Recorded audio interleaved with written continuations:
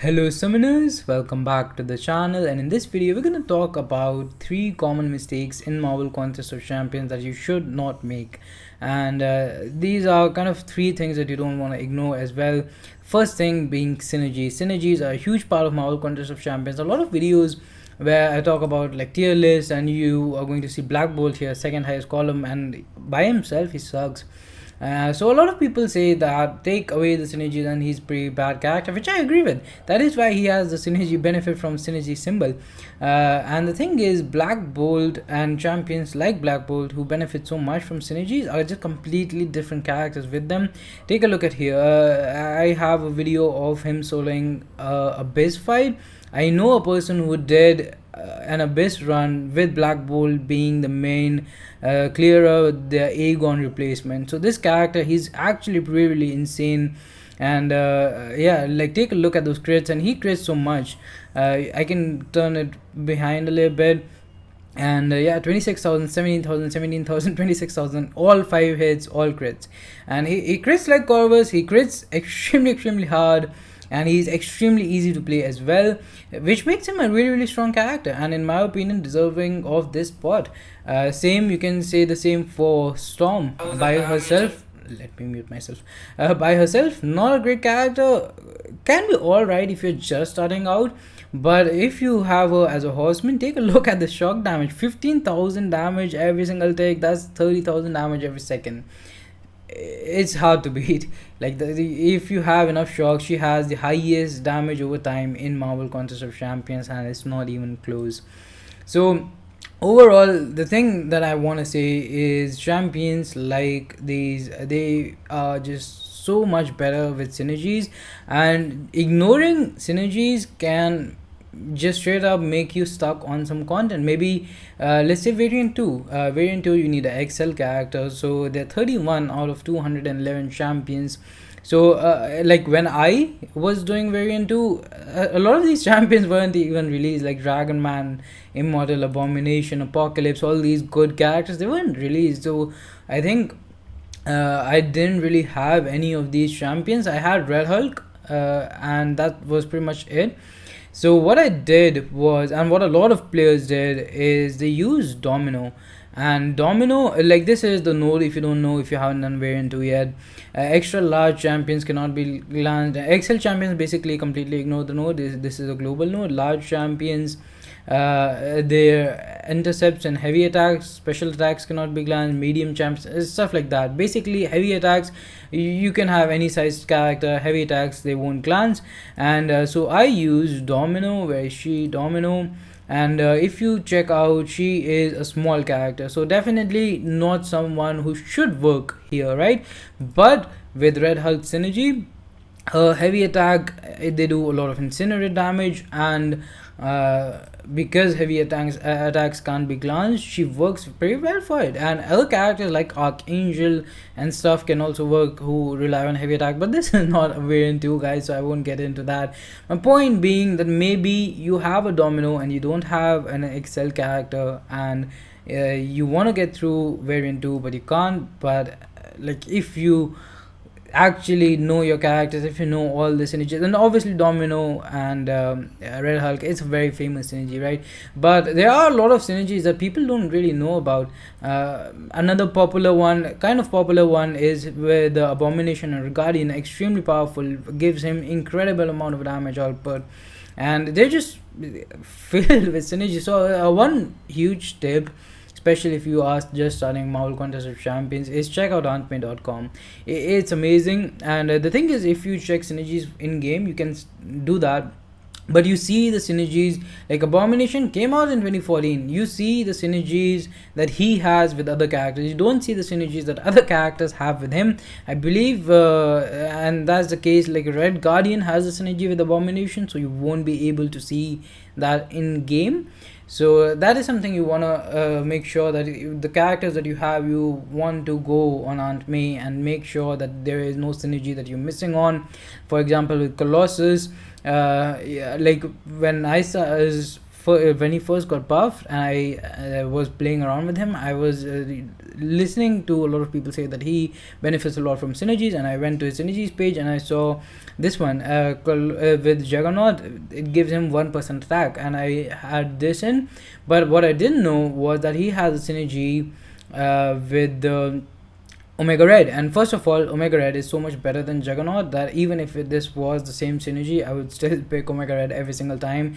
But it's actually plus 2% attack for each armor up, so it's much stronger. And obviously plus 2% attack doesn't look like much, but it is for each armor up. And if you know Colossus, he can get a lot of armor up, so that's a lot of extra damage we're talking about. On top of that, you're not taking a dud, instead you're taking someone like Omega Red, which is another point, that a lot of synergies are with characters who are incredibly strong themselves. For example, the Colossus Trinity, Colossus, Omega Red, and Emma Frost, all three absolutely amazing characters. And then you have Cable with Apocalypse. It's not a bad thing to bring Apocalypse in any quest. Maybe some quests, but for the most part, you can't really go wrong with bringing in Apocalypse, and it's definitely not wasting a slot.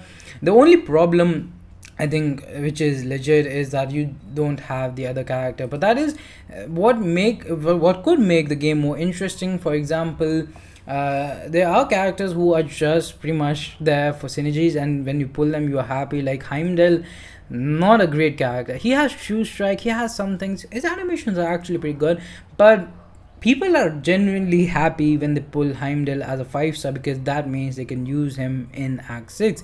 I think it was Dooley Ray, I'm not 100% sure, but there was a YouTuber definitely who was hunting for him, and then when he got him, he was really happy. So I think it was Dooley.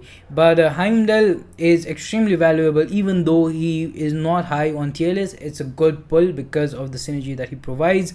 And then there are other characters who just basically, you get the point, right? They have synergies with one of these characters, or maybe it's the other way around. Like Black Bolt without his synergy would have been like below average, usable maybe.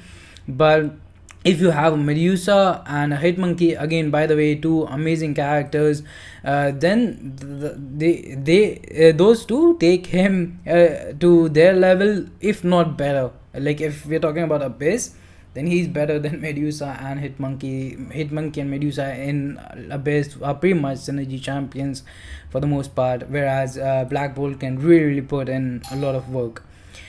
Alright, so moving on, the second point is how to rank up champions, and this is kind of interesting. There are basically 3 ways you can go about ranking your champions, and the first one is you rank up who you like. You can't really go wrong if it's a character you like from the comics or in the MCU, or maybe you just like their animations in the game. For example, I know someone who's probably watching who really likes Carnage, and in my tier list he is, where is he? Carnage.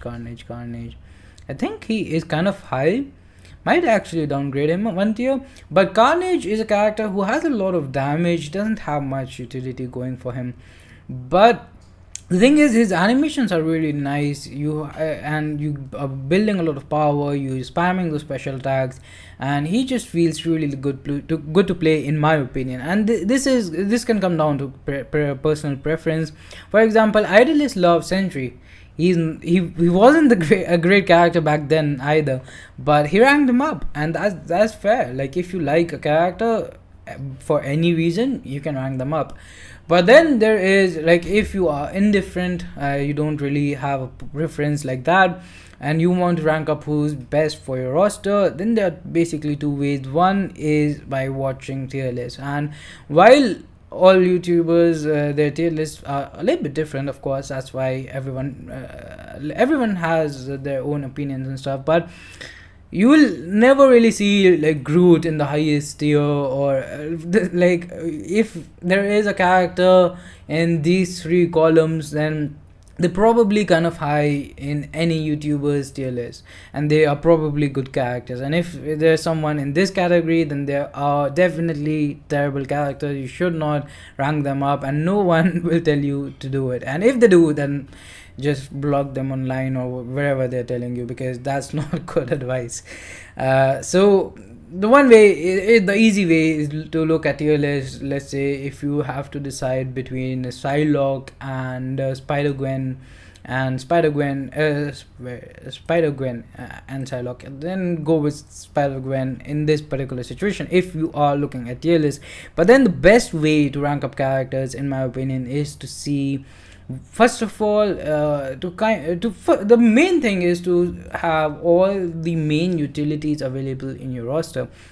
For example, there is one scenario where even though I have placed Spider-Gwen one tier above Psylocke, I will make the exception and rank up Psylocke instead, and that situation is if I need a power control character. I don't have Magic, I don't have Doom, I don't have any other like a character from these two tiers who has power control, but I do have Psylocke and I need a power control character for any reason. Like back in the day we had a very annoying Hyperion mini boss in Alliance Quest. I think that was map 6, and like back in the day not a lot of people had good options for that. I mean, like Magic still existed, but if you don't have Magic, you're pretty much just throwing champions at the boss and hoping you'll do as much damage as you can before he throws special 3. And you don't, like, you can have the best character in the game, you can have Nick Fury, you can have Cosmic Ghost Rider, but they all have bad matchups, and if you go in there in that bad matchup, you might be able to do a lot of damage with Cosmic Ghost Rider, but there could be a better option in these categories,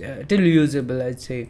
And that's why even though tier lists, they are easy way to compare characters, but if it's like a 1 category, 2 category difference, even a 3 category difference, they could have something that you need, and if that's the case, you should go with them. And the other thing is, you kind of like, if you are establishing your roster, building the roster, and you don't have already a lot of champions ranked up, that could be, we're talking about 5 stars or 6 stars, 4, the next rarity basically. Whenever you get to that point, you ideally also want to have like one character of every single class if possible. Of course, if it's like a rank 3 6 star and T5CC wise, you get 2 science characters, and what can you do? You have to rank 2 science characters, there is no other way.